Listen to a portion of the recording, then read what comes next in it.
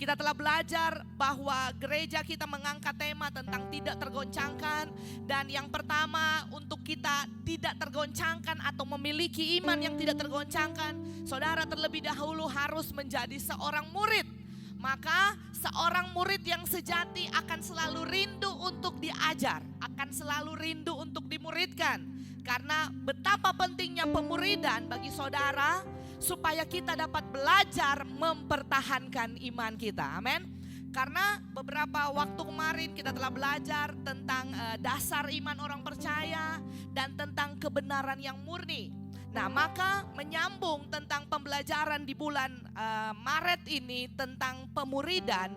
Malam hari ini secara khusus kita akan belajar bersama tentang guru yang benar. Saudara yang diberkati Tuhan, kenapa kita perlu belajar tentang guru yang benar? Karena dalam pemahaman sebuah konteks pemuridan, kalau saudara rindu untuk dimuridkan, bagian yang penting bukan hanya saudara atau jemaat Tuhan, tidak. Murid akan dikatakan dia murid yang sejati jika dia belajar. Siapa yang mengajar murid? Tentunya seorang guru. Bukan begitu saudara? Betul enggak? Maka guru adalah bagian yang penting dari sebuah proses pemuridan. Nah, maka hari ini kita akan belajar tentang guru yang benar. Berarti kalau kita bicara guru yang benar, berarti ada guru yang tidak benar. Guru yang benar adalah guru yang asli. Jadi kalau kita bicara tentang guru yang asli, berarti ada guru yang palsu. Ini penting bagi saudara untuk mengetahui sebuah pembelajaran tentang guru yang asli atau guru yang benar. Supaya dengar baik Bapak Ibu jemaat Tuhan, dimanapun engkau pergi dan berada. Seandainya engkau tidak ada lagi di kota Bungku, ketika engkau pergi ke tempat di mana engkau akan diutus atau berpindah, dengar dengan baik, engkau tidak akan mudah disesatkan. Karena kita telah belajar bagaimana, siapa itu guru yang benar. Haleluya. Mari kita belajar bersama. Saudara yang diberkati Tuhan, saya telah membagi dalam 3 bagan yang mana kita telah melihat bagan yang sama seperti dengan minggu yang lalu. Dalam sebuah tahapan pemuridan ada 3 bagian atau 3 pilar besar. Yang pertama, dasar utama pemuridan adalah doktrin atau ajaran. Maka minggu lalu kita telah belajar bahwa awasilah dirimu dan awasilah ajaranmu. Sudah panjang lebar kita belajar. Dan malam hari ini kita akan belajar tentang dalam konteks pemuridan pilar yang kedua adalah guru atau pengajar. Dan minggu depan yang terakhir kita akan belajar tentang proses atau tujuan pemuridan. Jadi guru ini sangat mengambil peran penting untuk menentukan kualitas seorang murid. Saudara tangkap maksud saya ya. Jadi kalau gurunya benar, pengajarannya pasti benar, muridnya pasti benar. Kalau gurunya palsu, gurunya salah, muridnya pasti salah, pengajarannya pasti keliru. Maka penting bagi jemaat Tuhan hari-hari ini, menjelang Tuhan datang pada kali yang kedua, dalam Matius 24 dikatakan akan banyak penyesat telah pergi ke seluruh dunia. Maka pentingnya jemaat Tuhan untuk dapat mengetahui, dapat mengenal dan dapat mengerti dan menguasai tentang murid atau tentang guru yang benar. Di antara guru yang benar pasti ada guru yang palsu. Ini menjadi warning bagi saya dan saudara untuk kita kenali. Mari kita buka 2 Petrus 2 ayatnya yang pertama. 2 Petrus 2 ayatnya yang pertama. Kita akan baca sama-sama firman Tuhan ini, yang sudah dapat boleh bilang amin. 2 Petrus 2 ayat 1 dalam hitungan yang kedua, ketiga, 1, 2, 3. Sebagaimana nabi-nabi palsu dahulu tampil di tengah-tengah umat Allah, demikian pula di antara kamu akan ada guru-guru palsu. Mereka akan memasukkan pengajaran-pengajaran sesat yang membinasakan. Bahkan mereka akan menyangkal penguasa yang telah menebus mereka, dan dengan jalan demikian segera mendatangkan kebinasaan atas diri mereka. Firman Tuhan ini mengatakan saudara bahwa sebagaimana nabi-nabi palsu dahulu pada zaman perjanjian lama itu telah banyak ditemukan praktek-praktek atau fenomena tentang nabi-nabi palsu atau orang yang berbicara palsu dengan menggunakan atas nama Allah. Maka demikian pula Petrus mencatat di antara kita hari-hari ini akan ada guru-guru palsu. Mereka akan memasukkan pengajaran-pengajaran yang sesat dan membinasakan. Saudara dengar baik, saat Yesus pertama kali tampil dalam masa pelayanannya 3,5 tahun, di sana Yesus lebih banyak dicatat bahwa Yesus itu mengajar. Kalau saudara belajar, dikatakan Yesus berkhotbah hanya mungkin kurang lebih dari 10 kali. Tapi lebih banyak dikatakan kemudian Yesus mengajar. Maka Yesus mengajar, lalu Yesus mengajar. Maka kebanyakan atau sebagian besar selama Yesus ada di tengah-tengah manusia pada waktu itu, Yesus mengajar. Apa maksud di sana? Kenapa Yesus selalu mengajar? Karena Yesus rindu gerejanya bukan hanya sekedar menjadi penonton. Bilang amin. Tapi Yesus mengajar supaya dia rindu semua orang yang percaya kepada Yesus jadi murid. Saudara, bukan Kristen formalitas, bukan Kristen sekedar KTP, tidak, tapi harus menjadi murid. Maka dalam perjanjian baru, dalam kitab Injil, saudara akan temukan banyak kali dicatat Yesus dipanggil Rabi. Betul saudara? Rabi, Rafi artinya guru. Dia dipanggil guru oleh para murid. Maka dengar dengan baik, satu-satunya dasar utama guru yang terbaik, patronnya adalah Yesus. Bilang amin. Nah, saudara yang diberkati Tuhan, mari kita belajar bersama tentang garis besar kitab 2 Petrus. Kalau saudara lihat judul dari pembacaan saudara tadi, di sana diberikan judul nabi-nabi dan guru-guru yang palsu. Itu yang Alkitab saudara catat. Maka garis besar kitab Petrus, kalau saudara baca di sana hanya kitab Petrus hanya 3 pasal. Jadi kenapa ada pembahasan atau disampaikan tentang nabi-nabi palsu? Ternyata garis besar dari kitab 2 Petrus yang pertama, isi dari kitab 2 Petrus ini mengajar atau mengejar tentang kedewasaan rohani dalam pengertian yang benar.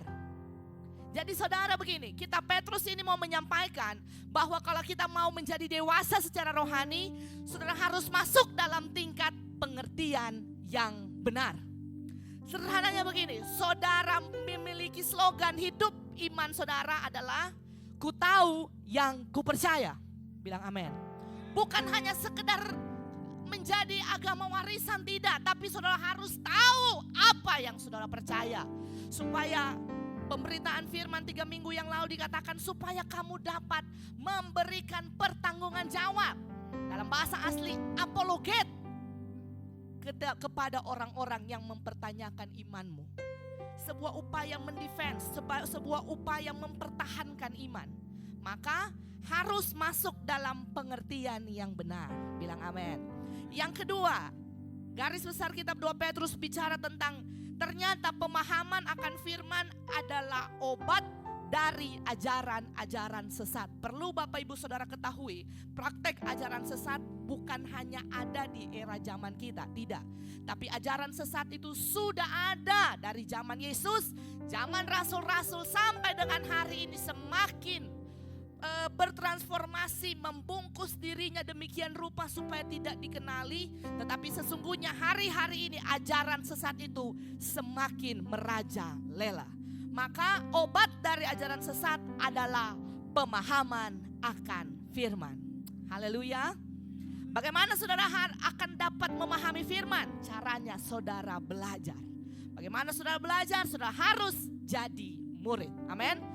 Kemudian garis besar kitab 2 Petrus adalah yang kita baca tadi dalam pasal 2, berbicara tentang waspada akan keberadaan nabi-nabi palsu dan guru-guru palsu. Ternyata pembawa ajaran sesat itu adalah guru palsu dan nabi palsu. Maka Petrus memperingatkan saya dan saudara malam hari ini, kita akan berwaspada dengan keberadaan guru palsu dan nabi-nabi palsu. Makanya penting untuk kita mengetahui siapa guru yang benar, siapa pengajar yang benar. Amin. Dan yang keempat, kitab 2 Petrus bicara tentang peringatan untuk menjaga kesalehan hidup. Menjelang hari Tuhan, kita menantikan langit baru dan bumi baru. Nanti di rumah saudara baca kitab 2 Petrus pasal 3, di sana banyak bicara tentang bahwa jika langit dan bumi ini hancur, kita menantikan langit baru dan bumi baru yang akan turun menjadi bagian milik setiap orang yang percaya. Nah, tetapi langit baru dan bumi baru itu hanya akan dihuni atau ditempati oleh murid Kristus yang sejati. Amin. Jangan kita bermimpi saudara, kalau kita tidak menjadi murid, saudara hanya sekedar jadi penonton, cuma hanya sekedar Kristen KTP, tanpa pengertian. Hosea katakan umatku binasa karena kurang pengetahuan. Maka kita harus menjadi murid supaya kita waspada dengan ajaran dan supaya kita mendapat bagian dalam langit baru dan bumi baru. Yang rindu menempati langit baru dan bumi baru bilang amin. Saudara yang diberkati Tuhan, ketika kita hendak belajar tentang pengertian atau pemahaman guru yang benar, kita harus mengetahui terlebih dahulu arti dan tugas dari nabi dan guru. Tadi Petrus sudah mengatakan bahwa waspadalah, akan ada nabi palsu dan guru-guru palsu akan memasukkan pengajaran yang sesat. Maka sebelum itu kita akan belajar, kita akan ketahui bersama apa makna, apa arti dan tugas dari nabi dan guru. Dengan cepat, nabi adalah seseorang yang menerima wahyu atau pesan khusus dari Allah untuk disampaikan kepada manusia, bisa berupa penglihatan pada masa depan, vision, ataupun pesan suara dari Allah secara audible. Dan nabi itu Tuhan tetapkan pada zaman perjanjian lama sebagai penyambung lidah Allah. Jadi nabi pada zaman perjanjian lama Tuhan berfirman melalui para nabi untuk diteruskan dan disampaikan kepada umat-umatnya. Dan nabi-nabi dalam perjanjian lama mereka pun yang menuliskan. Maka dalam kanonisasi Alkitab yang sudah pegang hari ini, ada Alkitab, ada kitab nabi-nabi besar, Yesaya, Yeremia, Yehezkiel, dan ada kitab nabi-nabi kecil, Amos, Obadjah. Nah, itu pembagiannya. Maka secara garis besar nabi adalah seseorang yang menerima wahyu khusus, revelation dari Tuhan untuk disampaikan kepada manusia. Perpanjangan lidah Allah. Dan tujuan para nabi biasanya untuk menyampaikan pesan secara spesifik, mempertobatkan seseorang dan menuntun seseorang atau suatu bangsa untuk kembali ke jalan Tuhan. Banyak saudara lihat nanti Nabi Elia, Elisa berfirman demikian rupa. Nabi Musa, Nabi Yesaya Tuhan utus untuk menyampaikan pesan atau wahyu dari Tuhan. Sedangkan guru adalah seseorang yang terkemuka, itu Rafi atau Rabi. Adalah seorang yang terkemuka dalam pengetahuan, memberikan pengajaran, mengajar tentang kebenaran, menanamkan doktrin atau ajaran yang benar, menerangkan firman Allah, menolong, membimbing, dan memimpin para murid untuk dapat melakukan kebenaran. Maka nabi adalah penyambung lidah Allah, menerima wahyu revelation dari Allah untuk disampaikan dan untuk dituliskan sebagai pesan dari Tuhan kepada umat-umatnya. Dan guru adalah seseorang yang terkemuka dalam pengetahuan, memberikan ajaran tentang firman. Saudara, Rasul Paulus pernah mengatakan begini, jikalau mungkin setidak-tidaknya seseorang janganlah menjadi guru. Karena kenapa? Sebab seorang guru kepadanya diberikan beban yang lebih atas tanggung jawab pengajaran yang ia sampaikan. Jadi seorang guru memiliki tanggung jawab atas ajaran yang dia sampaikan. Karena kenapa? Di zaman Rasul Paulus banyak guru-guru yang palsu. Penting sekali sebagai bahan perhatian bagi saya dan saudara, ketika kita telah mengetahui, kita perlu memberi perhatian. Hari ini, malam ini, kenalilah guru dan pengajar yang benar. Bilang amin. Dan waspadalah terhadap nabi palsu dan guru-guru yang palsu. Saudara, hati-hati. Siapa yang mengajar engkau, seorang guru, jika engkau kemudian akan menjadi seorang pengajar, hati-hati. Jika pengajar adalah pengajar yang tidak benar, ajarannya pasti tidak benar, menghasilkan murid yang tidak benar. Saya katakan tadi. Tetapi jika seorang pengajar benar, ajarannya pasti benar dan muridnya pasti benar. Saudara, era kita hari ini ada begitu banyak pengajaran yang bermunculan, banyak gereja yang bermunculan. Dengar dengan baik, ini sebuah peringatan keras bagi Bapak Ibu Saudara jemaat Tuhan, supaya benar-benar jadi murid. Saudara tidak latah latah sosial, di mana yang lagi hype, yang lagi in, yang lagi banyak, yang lagi viral. Saudara lihat, saudara ikut, saudara percayai, saudara dengar dengan baik. Yohanes katakan, uji segala roh. Bilang amin. Karena tidak semua roh itu berasal dari Tuhan. Sebab ada guru palsu dan ada nabi palsu yang akan menyesatkan. Maka kenalilah guru yang benar dan waspadalah terhadap nabi palsu dan guru-guru yang palsu. Mari kita lihat guru atau pengajar yang benar. Ada 3 bagian yang telah dirangkum. Saya telah rangkum menjadi 3 bagian besar ciri atau tanda seorang guru atau pengajar yang benar, supaya kita dapat membedakan. Sebagai contoh saudara, banyak orang bilang begini, untuk mengetahui sesuatu yang palsu atau KW, kuncinya cuma satu, kuasai yang asli. Betul enggak? Supaya saudara tahu, kita enggak perlu belajar semua model tiruan, sepatu Nike, model tiruan, model apa, enggak perlu, saudara akan capek. Caranya satu saja, saudara kuasai yang asli. Maka kita malam hari ini akan belajar untuk mengenali guru atau pengajar yang benar. Yang pertama, guru atau pengajar yang benar, dia berasal dari Allah dan berpusat pada Allah. Mari kita lihat Yeremia 23 ayatnya yang ke-21. Yeremia 23 ayat 21, saudara, dibilang begini di sana. Ternyata ada guru dan pengajar yang tidak berasal dari Allah. Yeremia 23 ayat 21. Aku tidak mengutus para nabi itu, namun mereka giat. Aku tidak berfirman kepada mereka, namun mereka bernubuat. Sekiranya mereka hadir dalam dewan musyawarahku, niscaya mereka akan mengabarkan firmanku kepada umatku, membawa mereka kembali dari tingkah langkahnya yang jahat dan dari perbuatan-perbuatannya yang jahat. Seterusnya saudara akan baca di sana bahwa ternyata praktek-praktek nabi yang palsu itu tidak berasal dari Allah.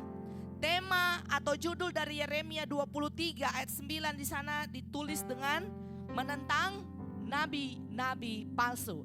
Jadi seorang guru yang benar, pengajar yang benar, dia berasal dari Allah, berpusat pada Allah dan diutus oleh Allah.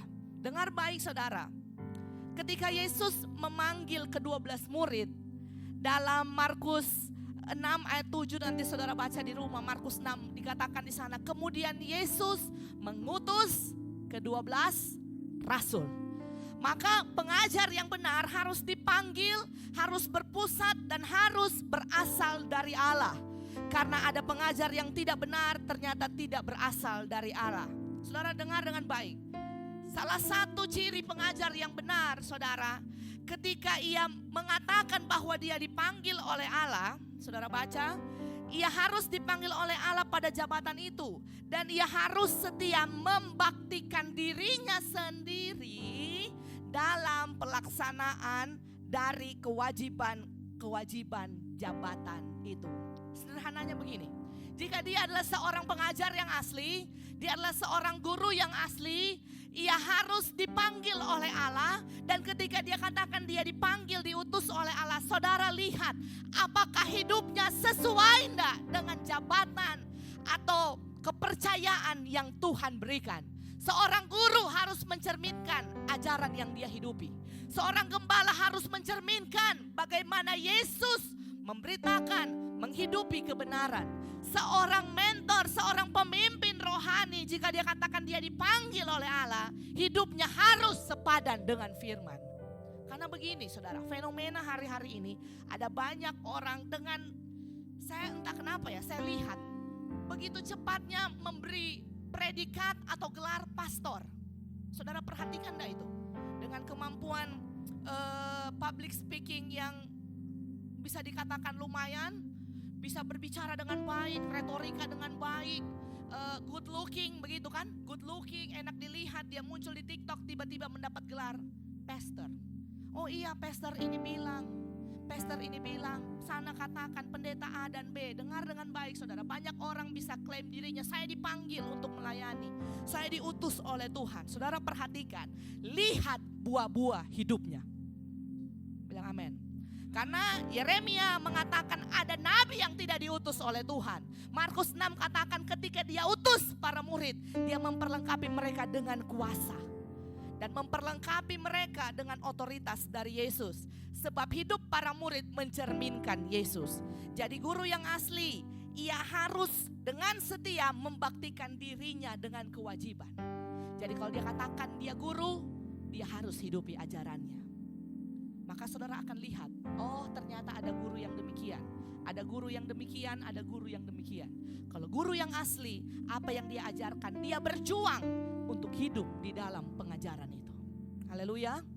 Yang kedua, guru atau pengajar yang benar memberikan ajaran yang murni, yang sesuai dengan firman Allah. Guru yang benar tidak pernah melenceng dari firman. Guru yang benar tidak pernah menafsirkan firman sesuai dengan keinginan sendiri. Guru yang benar tidak pernah memutarbalikan firman dengan tujuan tertentu. Guru yang benar tidak pernah cari untung dari kebenaran firman untuk memperkaya diri, tidak. Tetapi guru yang benar memberikan ajaran murni supaya sesuai dengan firman Allah. Saudara yang diberkati Tuhan, dalam 2 Timotius 4 ayat 2 cukup jelas dikatakan begini. 2 Timotius 4 ayat 2 dibilang begini, beritakanlah firman, siap sedialah baik atau tidak baik waktunya. Perhatikan, nyatakanlah apa yang salah, tegurlah dan nasihatilah dengan segala kesabaran dan pengajaran. Jadi kalau dia guru yang benar, dia akan menyatakan sesuai dengan apa yang firman sampaikan. Dengar baik saudara, guru yang benar tidak hanya memberikan ajaran yang enak bagi daging. Guru yang benar tidak hanya menyampaikan kemakmuran bagi jemaat. Tidak hanya berhenti di sana, tidak. Tapi di dalam semua firman yang Tuhan beritakan, ada berita pertobatan di sana. Amin. Di sana harus ada perubahan hidup. Di sana ada dosa yang harus saudara bertobat dalam pemberitaan itu. Ketika diberitakan pertobatan tentang dosa, maka guru yang benar mengajarkan ajaran yang murni sesuai dengan firman. Titus 2 ayat 1 nanti saudara baca di sana.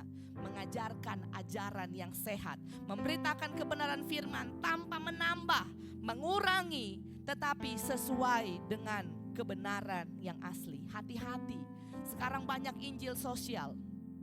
Sekarang banyak Injil kemakmuran.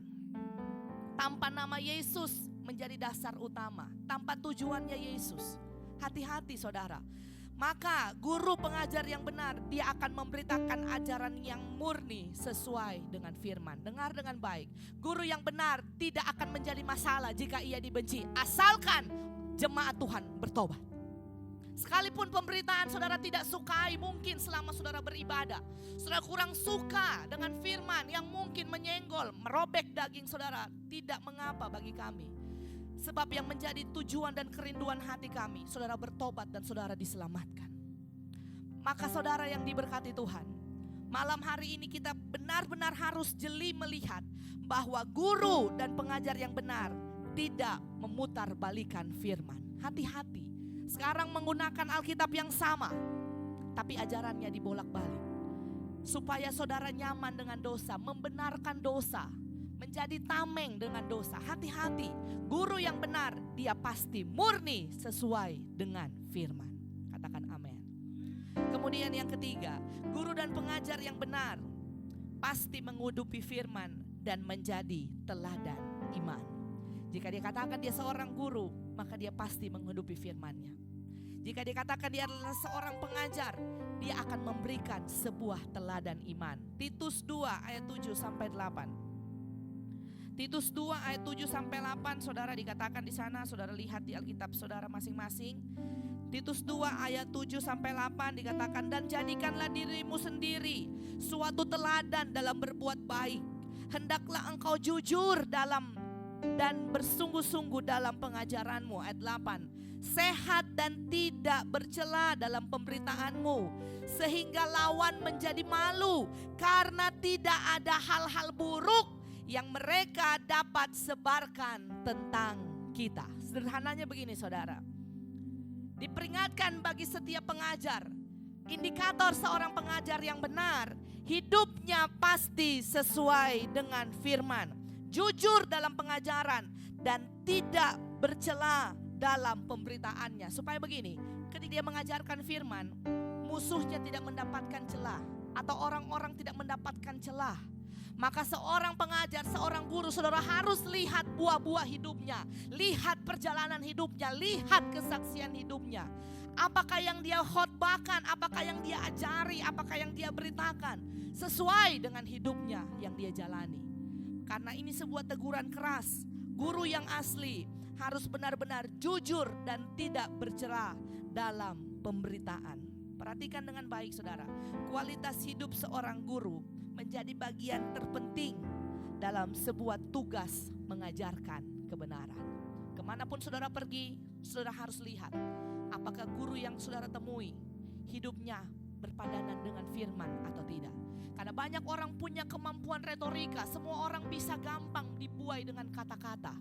Tapi indikator nomor 1, lihat hidupnya. Memang dalam Alkitab dicatat Daud ibu gembala pernah jatuh. Sedangkan siapa yang di Alkitab pernah jatuh? Dengar baik, kalau dia guru yang sungguh-sungguh, ada kerinduan untuk bangkit dan bertobat. Ada kerinduan untuk mengubah, ada kerinduan untuk hidup dalam ketaatan.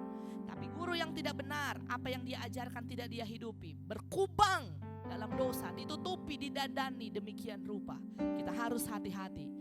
Dan guru yang benar, saya dan saudara, ketika saudara hendak masuk dalam proses pemuridan, memuridkan, melahirkan murid yang lain, pastikan hidupmu menjadi teladan iman.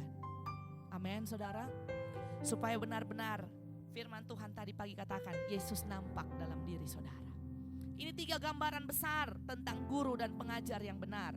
Bahwa berpusat dipanggil berasal dari Allah. Ajaran yang dia sampaikan murni sesuai dengan firman. Tidak pernah mengurangi standar kebenaran supaya diterima oleh banyak orang, tidak. Yesus tidak pernah mengejar jumlah yang banyak, tapi Yesus cari pengikut yang berkualitas. Yang ketiga, guru yang benar, dia pasti menghidupi firman dan memberikan teladan iman. Ini sebuah peringatan penting bagi saya dan saudara. Ketika kita mengetahui tentang adanya atau siapa yang dapat dikatakan seorang guru yang benar, kemudian di sana ada sebuah peringatan. Waspadalah terhadap guru palsu dan nabi palsu. Tadi kita telah lihat yang asli. Sekarang dengan cepat saya tidak akan bahas terlalu dalam karena akan panjang. Tetapi hanya sebagai sebuah pemahaman saudara, bahwa saya telah menggali dari beberapa bagian Alkitab, saya menemukan bahwa sebuah ciri atau tanda atau bagian dari guru-guru palsu yang kita akan lihat dan perlu menjadi bahan supaya kita dapat berwaspada. Mari dengan cepat. Tanda atau ciri seorang guru palsu yang perlu kita waspadai. Yang pertama, menyangkali karya Yesus.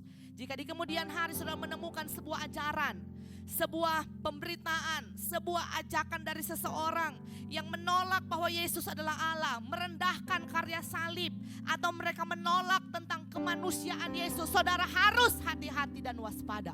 Jika merendahkan, tidak menyangkali karya salib dan menolak Yesus sebagai jalan kebenaran. Hati-hati, kekristenan progresif dirubah sedemikian rupa, banyak jalan keselamatan, Yesus bukan Tuhan. Saudara harus hati-hati. Itu adalah gambaran bahwa itu bukan guru yang benar dan pengajar yang benar. Menyangkali karya salib Yesus. Bahwa kita harus teguh berpegang jalan keselamatan hanya di dalam Yesus. Yesus adalah Allah sejati. 2 Petrus tadi mengatakan guru-guru palsu itu membuat jalan penguasa yang telah menebus kita dibelokkan supaya tidak percaya kepada penguasa yang telah menebus kita. Maka guru atau nabi yang palsu kita harus hati-hati ketika ada yang menyangkali karya Yesus. menolak keilahian Yesus, kita harus hati-hati. Yang kedua, dengan cepat memutar balikan firman. Galatia 1 ayat 7 bilang begini, sebab jika ada orang yang datang kepadamu membawakan sebuah Injil yang lain, waspadalah terhadap mereka dengan Injil yang palsu. Hari-hari ini ada banyak kebenaran yang disampaikan, ada banyak pemberitaan yang disampaikan. Maka firman Tuhan dapat sangat untuk diputarbalikan jika jemaat tidak jeli atau tidak menjadi murid.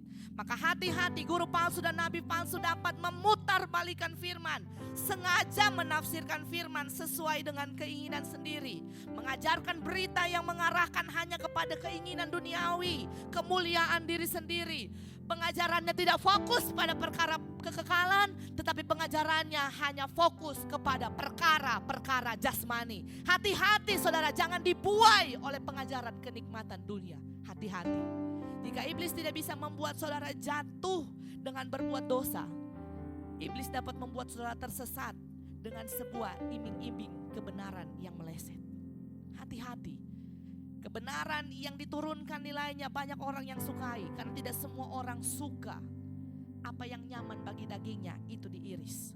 Maka pengajar yang benar, pengajar yang palsu menggunakan firman Alkitab yang sama, ayat-ayat dikuasai, diputarbalikan untuk mengarah kepada sebuah berita yang mengarah kepada keinginan dunia. Oh, tidak apa-apa, tidak menjadi masalah, itu biasa. Itu biasa, ayat ini bilang, hati-hati. Hati-hati saudara, saudara akan temui banyak demikian. Maka bagaimana caranya? Saudara harus jadi murid yang sejati, supaya saudara tahu firman yang murni. Yang ketiga, ciri nabi palsu dan guru palsu, bernubuat palsu. Ulangan 3 ayat 1-3, nanti saudara baca di rumah, 1-3, Yeremia 23. Dalam ulangan dikatakan, sebab nabi-nabi itu berfirman padahal aku tidak perintahkan. Mereka menyampaikan nubuat atas namaku, tapi aku tidak pernah menyuruh mereka. Dan nabi-nabi palsu itu menyesatkan banyak orang dengan penglihatan palsu, penglihatan bohong, ramalan kosong, rekaan hatinya sendiri yang tidak sesuai dengan firman. Hati-hati. Matius 24 bilang begini, jika ada yang mengatakan ada Mesias di sana, ada Mesias di sana, mari jual hartamu, kita berkumpul di satu gunung. Saudara pernah enggak dengar fenomena itu? Sekelompok orang menjual harta, pergi ke gunung-gunung. Bukan Tuhan yang datang bawa mereka, polisi yang datang angkat. Betul enggak saudara?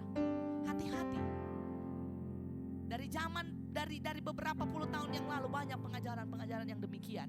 Bernubuat mengatasnamakan Allah. Tuhan bicara, Roh Kudus bilang saya pernah ini dan lain sebagainya. Saya tidak spesifik menunjukkan kepada siapa-siapa, tapi saya minta firman Tuhan rindu kita waspada dengan setiap ajaran. Waspada dengan setiap guru. Waspada dengan apa yang sudah tonton, yang sudah lihat, yang sudah ikuti di YouTube, di TikTok, di sosial media. Hati-hati. Karena banyak pengajaran sesat hari-hari ini, guru-guru yang palsu. Maka saudara harus ditanam dalam kebenaran. Kemudian yang ketiga, yang keempat, mereka mencari keuntungan pribadi dari firman Tuhan. 2 Korintus 7, 2 Korintus 2 ayat 17, 2 Petrus 3 ayat 2 bilang begini, dan karena serakahnya guru-guru palsu itu, mereka akan berusaha mencari untung dari kamu dengan cerita-cerita isapan jempol mereka. Hati-hati, ada banyak orang menggunakan mimbar Tuhan untuk menyampaikan apa yang mereka kehendaki, bukan apa yang Tuhan kehendaki. Banyak orang menggunakan firman Tuhan bukan untuk menyampaikan kebenaran, tapi untuk cari untung untuk diri sendiri, bukan bertujuan menyampaikan firman yang murni. Hati-hati. Yang kelima, guru palsu dan nabi palsu, saudara lihat buah atau hidupnya yang tidak sesuai dengan firman. Bukan saya yang katakan, saudara baca Matius 7 dikatakan begini, waspadalah terhadap nabi-nabi palsu yang datang kepadamu dengan menyamar seperti apa saudara? Domba, tetapi sesungguhnya mereka adalah serigala yang buas. Serigala saja sudah sangat berbahaya, betul enggak? Apalagi kalau dia menyamar seperti domba. Saudara akan sulit mengenali dia. Maka Matius 7 katakan di sana, diberi judul hal pengajar yang sesat Ayat 15 dikatakan waspada terhadap nabi palsu, terhadap guru palsu, menyamar seperti domba padahal mereka adalah serigala yang buas. Ada satu perbedaan yang penting, sudah lihat. Ayat 16 bilang begini, dari buahnya lah kamu akan mengenal mereka. Jadi guru-guru yang benar, pengajar-pengajar yang benar, hidupnya akan memberikan buah sesuai firman. Tapi pengajar yang tidak benar, guru yang tidak benar, sudah lihat, dikatakan dari buahnya kamu akan mengenal mereka. Dapatkah pohon yang baik membuahkan buah yang tidak baik? Atau dapatkah pohon yang tidak baik menghasilkan buah yang baik? Tentu tidak. Maka waspada, ada banyak nabi palsu, ada banyak guru palsu. Saudara harus lihat bagaimana keseriusan mereka mengerjakan kebenaran. Waspada, ada banyak guru-guru palsu. Sesungguhnya mereka adalah serigala yang menyesatkan, tapi mereka menyamar seperti domba. Bukan menggunakan jubah hitam panjang dengan muka yang seram, tidak. Mungkin dia berdasi, mungkin dia berpenampilan menarik, mungkin dia menggunakan jas, mungkin dia tampan. Tapi saudara hati-hati, mungkin dia punya pengetahuan, penguasaan bahasa yang baik. Tapi firman Tuhan katakan, dari buahnya lah kamu akan mengenal mereka. Matius 7 spesifik bicara tentang hal pengajaran yang sesat. Hati-hati saudara, kenali dengan baik, lihat dengan baik. Seorang guru, dia pasti berjuang untuk menghidupi kebenaran. Yang terakhir, guru yang palsu, nabi yang palsu dapat juga melakukan tanda dan mujizat. Indikator ini paling gampang mengelabui. Iblis dapat menyamar sebagai malaikat terang untuk menipu, membingungkan dan menyesatkan manusia. Maka saudara yang diberkati Tuhan, ketika dasar iman orang percaya hanya berpegang atau berpondasi kepada berkat dan mujizat, saudara hati-hati. Orang Kristen yang demikian akan gampang mudah disesatkan. Ada mujizat di sana, tanda-tanda ajaib pergi. Ada di sana dapat melakukan ini, pergi. Hati-hati saudara, dikatakan pengajar palsu, guru palsu, mereka dapat juga melakukan tanda dan mujizat. Maka harus hati-hati. Menjelang Yesus datang pada kali yang kedua, saudara akan lihat, akan banyak orang-orang tampil dengan kuasa, mempertontonkan mujizat, mempertontonkan kelebihan, kehebatan yang supranatural yang dapat mengelabui. Tapi kalau saudara adalah murid yang sejati, saudara pasti jeli melihat mana yang berasal dari Tuhan dan mana yang bukan. Saudara lihat Matius pasal 7 ayat 22 bilang begini, pada hari terakhir akan banyak orang berseru kepadaku, Tuhan, Tuhan, bukankah kami bernubuat demi namamu dan mengusir setan demi namamu dan mengadakan banyak mujizat demi namamu. Ayat 23, tetapi waktu itulah aku akan berterus terang kepada mereka dan berkata, aku tidak pernah mengenal engkau, enyahlah daripada aku, kamu sekalian pembuat kejahatan. Hati-hati, mereka dapat bernubuat menggunakan nama Tuhan, mereka dapat melakukan mujizat menggunakan nama Tuhan, mereka dapat mengusir setan demi nama Tuhan. Matius 7 katakan, tetapi Yesus katakan, aku tidak pernah mengenal engkau. Hati-hati saudara, akan ada banyak panggung mujizat yang diberikan. Maka kalau dasar iman saudara hanya berdasar dari mujizat, hanya berdasar dari berkat, hati-hati saudara akan gampang jatuh. Tapi dasar orang percaya, murid sejati, dasar imannya harus Yesus. Bukan pada berkat, bukan pada mujizat, bukan pada hal-hal spektakuler, tidak. Kita tidak mengejar hal-hal yang demikian karena kita tahu jika itu berasal dari Tuhan, jika Tuhan kehendaki, mujizat itu pasti terjadi. Karena Tuhan berdaulat. Tetapi jika tidak, berarti Tuhan punya rencana. Itu harus menjadi dasar iman kita. Karena Wahyu 13 ayat 13 dikatakan di sana, nanti saudara lihat pada hari-hari terakhir binatang itu akan melakukan tanda-tanda ajaib. Saudara baca di rumah Wahyu 13. Itu berbicara tentang kedatangan Yesus akhir zaman. Akan melakukan tanda-tanda. Mereka akan menurunkan api dari langit, melakukan tanda-tanda yang dahsyat, dan banyak orang akan disesatkan. Saudara yang diberkati Tuhan, fenomena modern hari-hari ini, banyak orang menjauhi sebuah kebenaran yang asli, pengajar yang sejati, karena tidak ingin kenyamanan mereka dibongkar. Waspada terhadap fenomena modern, akan ada waktunya orang-orang tidak dapat lagi menerima ajaran yang sehat. Mereka akan mengumpulkan guru-guru menurut kehendaknya untuk memuaskan keinginan telinganya. Mereka akan memalingkan telinganya dari kebenaran dan membukanya bagi dongeng. Saudara dengar dengan baik. Banyak sekali gereja hari-hari ini. Saudara mau cari gereja yang model apa, semua ada. Pendeta yang model apa, dari lucu sampai yang model apa, semua ada. Saudara bisa lihat, saudara bisa cari. Tapi hati-hati, jangan sampai kita menjadi orang-orang yang akan tertolak karena kita tidak mau menerima ajaran yang sehat. Karena kita mengumpulkan atau mencari guru-guru yang cocok dengan daging saudara, mencari pembenaran. Maka saudara cari guru siapa yang boleh benarkan apa yang saya lakukan. Cari validasi dari guru-guru yang palsu supaya saudara dapat hidup dengan tentram dalam kenyamanan dosa yang saudara sulit untuk tinggalkan. Hati-hati saudara. Hari-hari ini orang tidak suka dengan kebenaran yang murni, menjauhi guru-guru yang asli. Tapi dengar dengan baik, kalau saudara adalah anak Tuhan, saudara adalah warga kerajaan Allah, saudara adalah murid Kristus yang sejati, kebenaran apapun bentuknya datang di telinga saudara, saudara pasti akan rela hati untuk terima. Apakah dia berbentuk teguran, nasihat, hajaran, dan berkat, saudara pasti akan terima. Bilang amin. Maka jadilah murid Kristus yang sejati. Kenali guru yang benar, supaya benar-benar saudara tertanam dalam pengajaran yang benar dan jadi murid yang benar. 2 Petrus 2 ayat yang terakhir, ayat 17 dikatakan begini. Guru-guru yang palsu itu adalah seperti mata air yang kering, seperti kabut yang dihalaukan tofan. Bagi mereka telah tersedia tempat dalam kegelapan yang paling dahsyat. Mereka seakan-akan seperti mata air. Tapi firman Tuhan katakan guru palsu itu adalah mata air yang kering. Mereka akan dihalaukan, mereka akan lenyap pada akhirnya. Dan bagi guru-guru yang palsu, firman Tuhan jelas katakan, dalam kegelapan yang paling dahsyat, di sana mereka akan ditempatkan. Dan siapa yang akan mengikuti mereka? Murid-murid palsu yang percaya kepada guru-guru yang palsu. Waspada jemaat Tuhan, jemaat Cornerstone, jadilah murid Kristus yang sejati. Kita telah melihat pengajar yang benar dan pengajar yang tidak benar. Nabi yang asli, guru yang asli, dan pengajar guru yang palsu dan nabi yang palsu. Jadilah murid yang sejati. Murid yang sejati tertanam dan berakar dalam kebenaran yang murni. Bilang amin. Murid yang sejati memiliki panca indera rohani yang terlatih dan tajam. Ini penting. Kalau saudara mau membedakan yang asli dari yang palsu, harus punya panca indera rohani yang tajam dan terlatih. Bagaimana caranya? Tidak boleh saudara hanya datang seminggu sekali. Buka Alkitab 1 minggu 1 kali. Baca firman 1 minggu sekali. Berdoa seminggu sekali 1 jam. Tidak cukup.